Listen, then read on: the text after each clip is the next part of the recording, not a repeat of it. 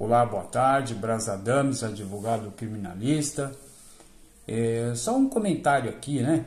Novo projeto, na verdade não é bem um novo, né? Projeto de lei 226 de 2024, né? Foi aprovado agora recentemente pelo Senado, no dia 28/10 de 25, esse projeto de lei, e ele vai agora para a sanção presidencial, ou seja, se o presidente sancionar, assinar lá, ele passa a valer esse projeto.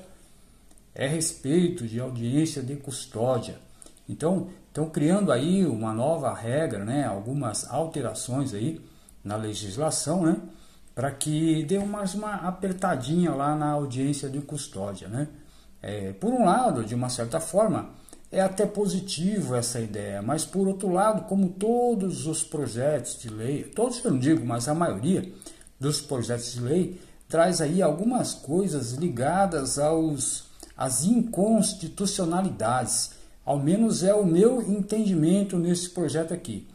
Veja que nesse projeto aqui, olha só, se o investigado, né, a pessoa que foi presa lá em flagrante, está sendo investigado, já tiver sido beneficiado anteriormente por uma audiência de custódia, tiver sido posto em liberdade em razão de uma audiência de custódia aí, nasce aí uma certa obrigação do juiz para que recomenda-se a prisão preventiva, ou seja, se ele tiver sido beneficiado por uma audiência de custódia, com certeza ele vai ficar aí preso preventivamente, né? Então, eu entendo aqui, como advogado criminalista, eu entendo, em parte, que esse projeto aí, uma parte dele é inconstitucional. Por quê? Porque não é nada idôneo uma decisão desse porte, né? Uma recomendação desse porte, não traz nada de eficaz na segurança social.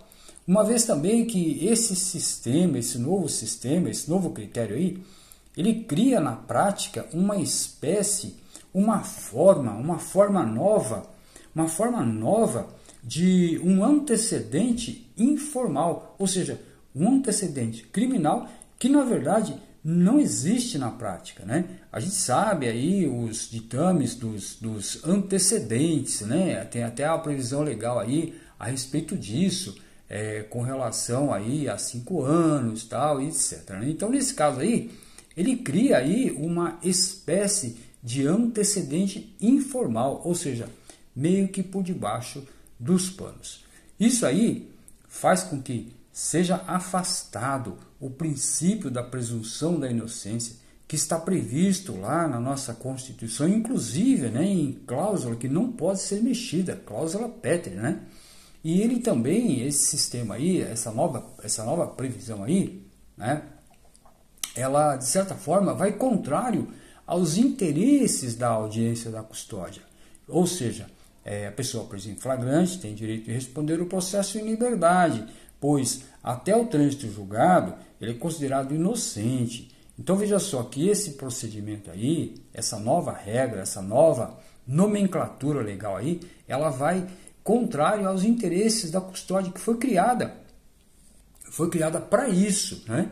Para deixar a pessoa em liberdade e responder o processo em liberdade. É lógico que sempre garantindo os direitos sociais, né? Então, isso aí, esse novo sistema vai contrário aos interesses da custódia, que no momento ali, naquele exato momento, é o local ideal, é o local certo para que o juiz avalie se realmente existe uma necessidade da prisão preventiva, ou seja, se após o flagrante passado pelo juízo lá da custódia, se naquele momento ou dali para frente realmente existe uma necessidade de manter a pessoa presa cautelarmente, que é uma prisão preventiva.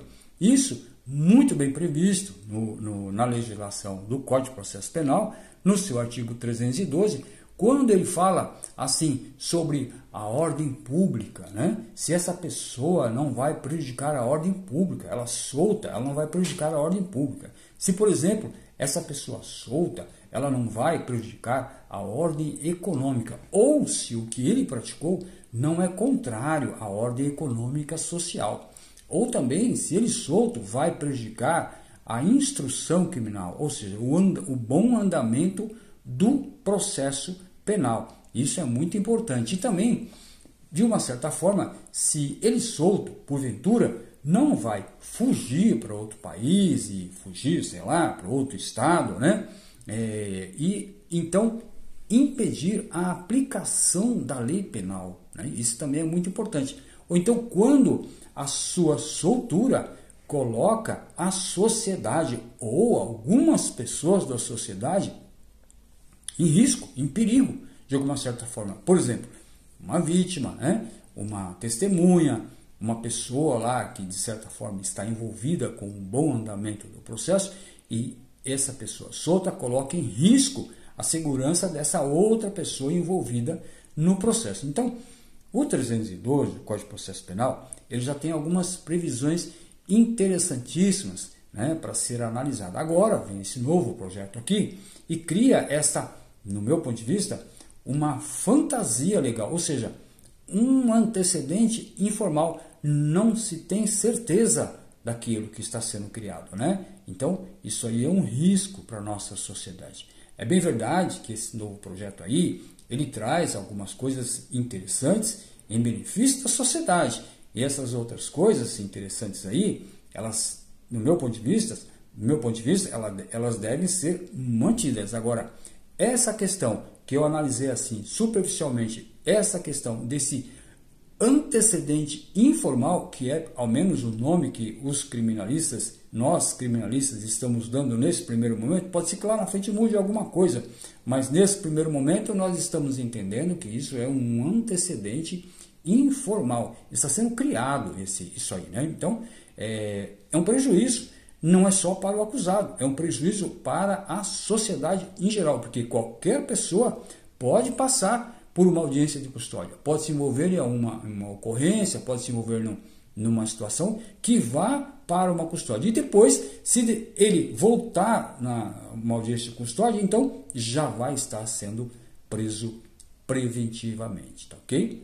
Brasadames à disposição. Um abraço.